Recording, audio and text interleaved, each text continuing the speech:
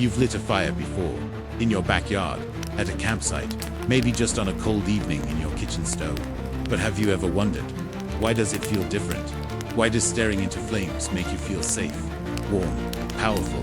That feeling isn't modern.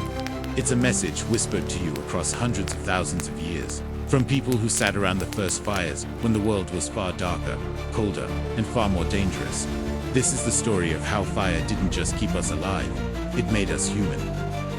Before fire, night was not your friend. Darkness belonged to the predators, lions, leopards, just as their eyes could see what yours could not. For early humans, every sunset was a deadline. You needed shelter before the light faded, or you were meat. We were slow, weak compared to our hunters. No claws, no sharp teeth, only our wits and fear. When the sun sank, the world closed in. Every rustle in the grass could be death. Every shadow could be eyes watching you. We huddled together, our backs to cave walls, trying to stay awake, praying the night would pass. Darkness was a predator, and we were prey. And then something happened. Something so small, so fragile, it could fit in the palm of your hand, yet powerful enough to turn fear into control. We didn't invent fire. Nature did. Lightning strikes, lava flows, dry grass catching in the heat of the sun. At first, we feared it, just like every other animal. No one knows the exact moment when that changed.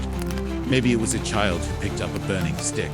Maybe it was a hunter realizing the flames kept predators at bay. But in that moment, the decision was made, not to run.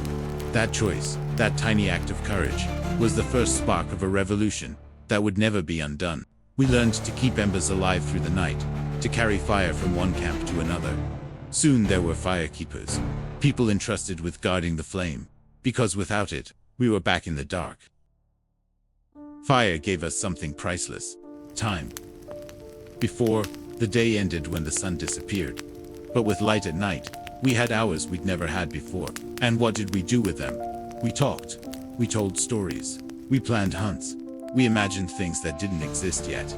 Around the fire, shadows danced on cave walls. And in those shadows, we began to dream. Some scientists believe our brains literally rewired around the fire. Cooking food made nutrients easier to absorb, fueling brain growth. Warmth meant less energy spent surviving the cold. And the glow of the fire brought people close, creating bonds, trust, and the roots of culture. Without fire, there might be no stories. Maybe, not even us. We learned to use fire, not just to survive, but to shape the world.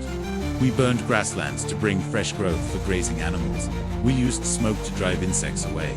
We carried torches into the night, turning darkness into hunting ground. Eventually, we learned that fire could forge tools, bake clay, and harden spear tips. But fire's power was double-edged. The same flames that cooked our food could burn our homes to ash.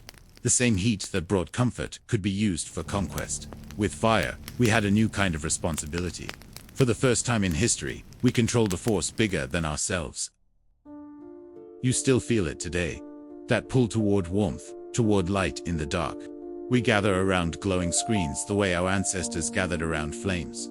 We stare into electric bulbs just as they stared into embers. Fire changed more than our survival.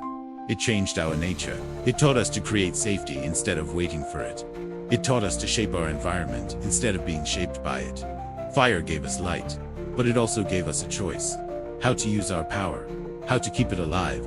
Today, we carry 1,000 kinds of fire. Technology, ideas, influence. The question is the same as it was a million years ago. Will you keep the flame alive, or will you let it burn out?